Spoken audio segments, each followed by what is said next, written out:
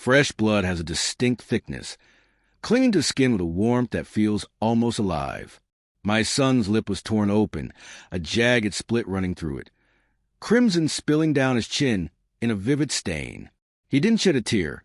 Instead, his eyes locked onto mine, wide and wary, like a creature sensing danger still lurking nearby.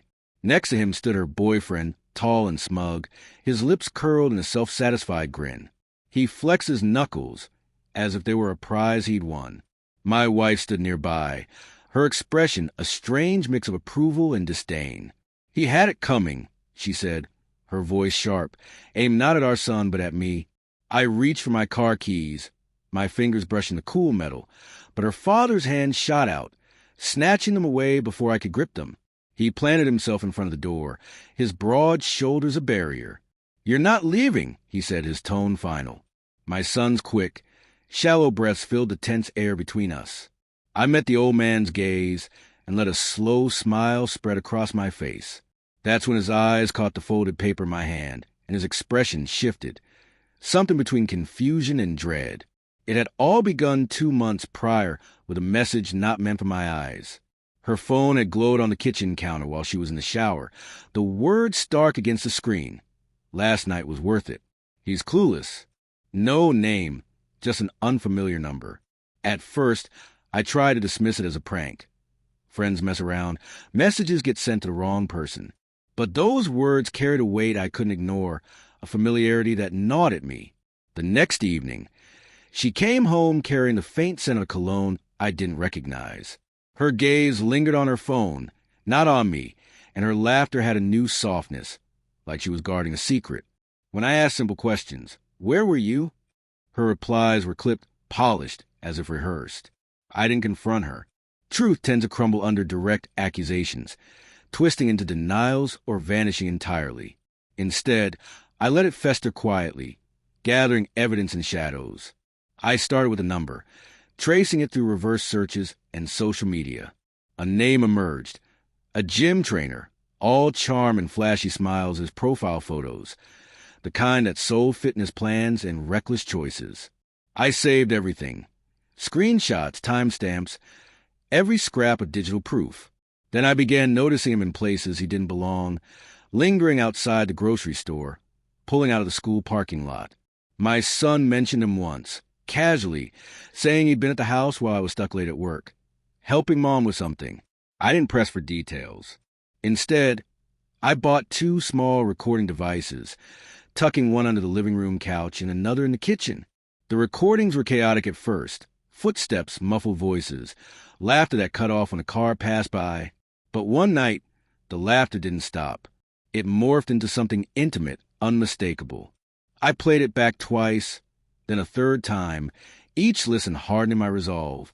I didn't need more evidence, but I kept gathering it, because truth served cold is more satisfying when it's overwhelming.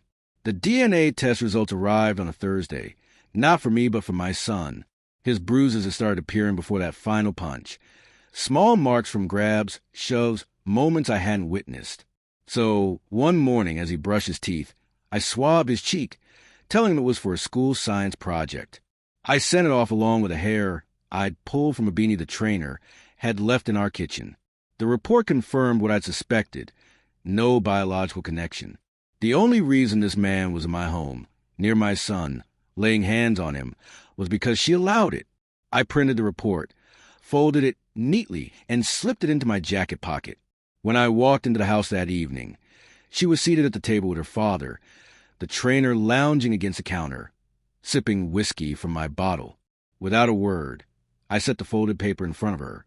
She unfolded it, her eyes scanning the page, widening as the truth sank in. The trainer stiffened, his casual posture gone. Her father's hand tightened into a fist. I held their gazes, unflinching.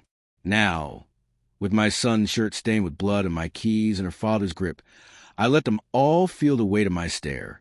"Sit down," her father barked again, his voice edged with authority. I didn't move. Instead, I handed my phone to my son and whispered for him to go to the neighbors and call the police.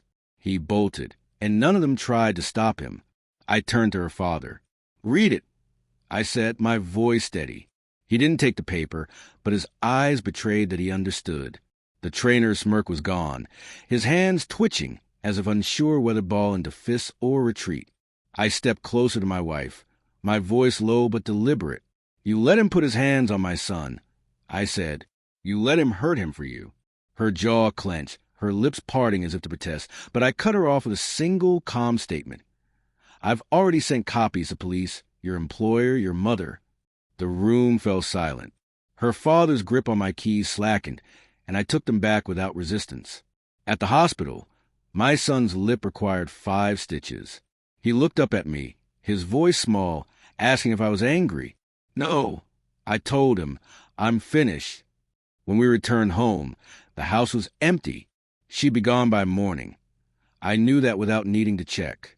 But the scars she left behind, the bruises on my son, the web of lies, those stayed with me. Oddly, I didn't resent them. The truth had been laid bare, exposed in the harsh light of day, and it was hers to carry now.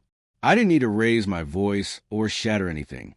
Some endings carry more weight when spoken softly. Mine was just 4 words. "You're no longer relevant."